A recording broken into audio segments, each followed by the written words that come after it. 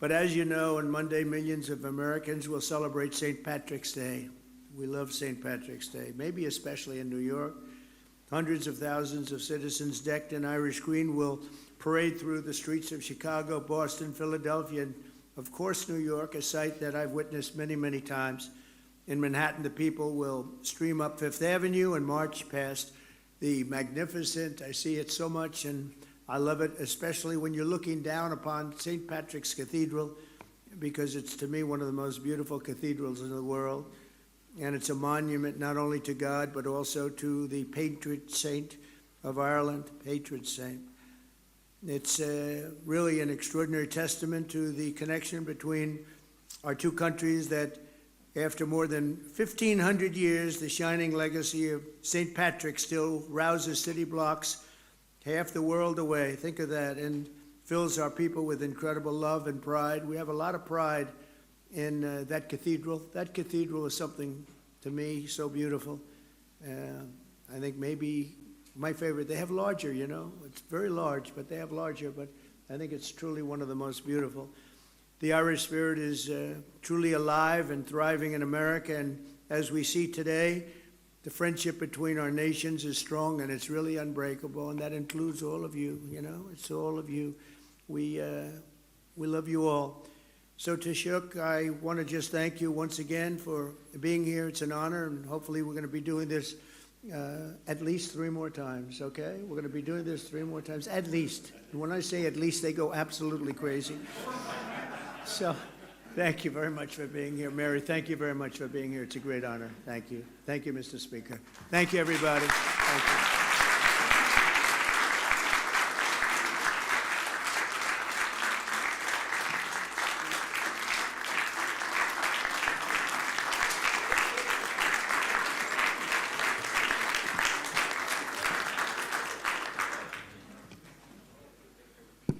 Thank you, Mr. President. Our next guest is not a stranger to this event. However, this is actually the first time we have the privilege of welcoming the Taoiseach, Micheál Martin. I said that right. We were talking about that. So I'm Michael too, but that's how we say it very plainly and boringly in the U.S. And it's the same name over there. It's Micheál. I like it a lot better. But we're welcoming him to the Friends of Ireland Luncheon in person as the new Taoiseach. And this is interesting because in 2021, it was mentioned earlier, this luncheon was virtual due to the ongoing COVID pandemic. And in 2022, the Taoiseach was in town and slated to attend, but he had a positive COVID diagnosis himself, and it forced him to deliver remarks virtually once again. So now, finally, we welcome him in person to this great event, and we're so excited to have you in the Capitol, my friend. I'll welcome you to the podium now, the Taoiseach, Micheál Martin.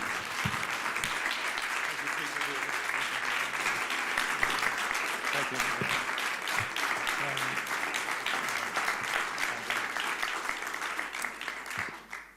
Mr. President, Mr. Speaker, Chairman Kelly and Neil, Senators, Representatives, ladies and gentlemen, I want to thank you all for welcoming me and Mary to Washington, D.C. to celebrate St. Patrick's Day.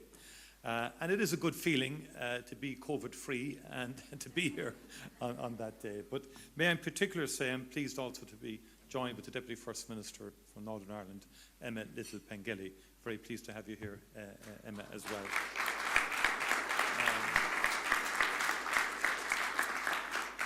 This is a cherished opportunity to break bread with our most steadfast friends.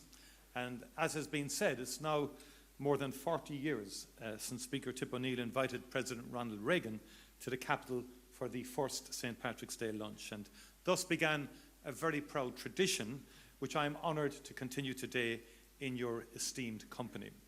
President Trump, thank you for joining us today to mark our National Day. You were a great friend of Ireland, and by the way, all those statistics that you quoted are absolutely verifiably true. Okay. I also know, President, that there's one small corner in the west of Ireland, a beautiful and remote part called Doonbeg in County Clare, which holds a very special place in your heart. And we hope to welcome you back to our small island and indeed to these particular greens very soon. Speaker Johnson, once again, you have graciously gathered our dear friends in this August House to mark St. Patrick's Day. You too are a true friend of our nation. We thank you for your hospitality in what is a very busy week for you. For centuries now, America has been a place of welcome and opportunity for Irish people. Our nation's green has been threaded through the rich tapestry of the United States by almost 32 million Irish Americans. Their forebears left a very different Ireland to the one we know today. Many were fleeing the grinding poverty and terrible hunger which blighted Ireland in centuries past. They left in desperation, but also in determination to forge a brighter future for their children. They channeled that commitment into building stronger communities and ultimately a stronger nation, this great nation. Many of their descendants are with us today, true friends of Ireland who continue to work tirelessly for a future of peace and prosperity on our island. Indeed, we need look no further than the co-chairs of the Friends of Ireland caucus.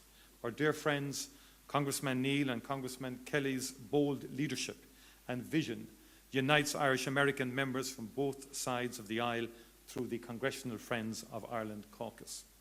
Throughout our troubles, the Friends of Ireland, Republican and Democrat alike, held fast to a vision of Ireland not marred by violence or terror.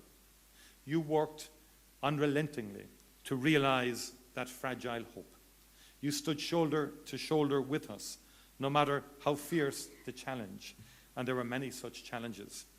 And it is that same determination that together we must devote today to today's conflicts in the Ukraine and in the Middle East. And our shared history teaches us that peace, however elusive it may sometimes seem, is achievable. Its promise remains within our grasp. Mr. President, we are forever grateful for the United States' contribution to transforming our island, and we wish you well in the efforts that you are making to bring peace to the Ukraine and to the Middle East and further afield. We thank you for your leadership and indeed your ongoing friendship to Ireland. Thank you once again for joining us today. Thank you, Mr. Speaker, for your gracious hospitality, and thank you to our dearest friends in this room. A very happy St. Patrick's Day to you all. As we might say in Gaelic, go raibh míle maithagah agus banachtaí nó éile pádraig oribh go léir. Go raibh míle maithagah. Thank you very much indeed.